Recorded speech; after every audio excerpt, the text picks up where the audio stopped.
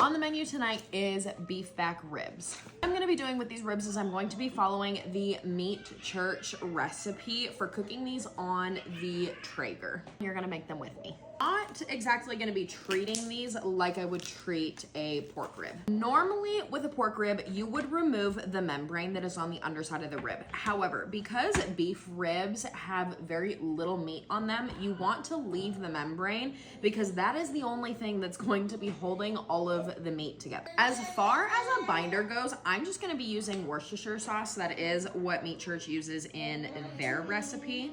The seasoning I'm going to be using is Holy Cow by Meat Church. Normally with a pork rib, I would go with a sweeter rub.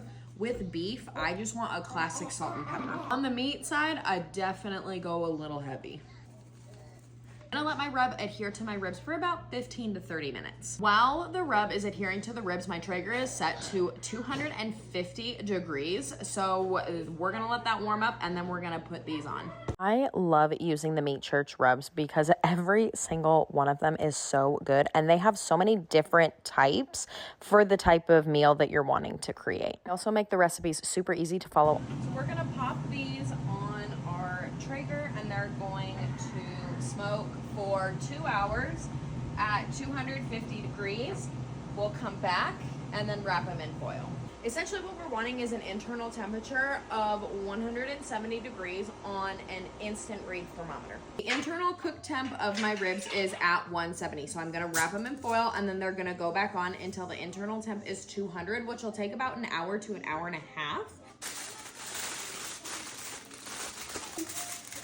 Back on the Traeger for about an hour to an hour and a half. It's been about an hour and a half since I put them on and they are completely finished. Go until the internal cook temp is about 200 to 205. You can see the bone just pulling away. And now it's time for a taste test. Let's see how juicy that is. That is good. We need a little homemade barbecue sauce. Beef back ribs are so underrated because they are so good and they're so simple to make. I'll put the recipe right down here in the comments so that you can make this at home. But I need to go get my husband so that we can pound these ribs.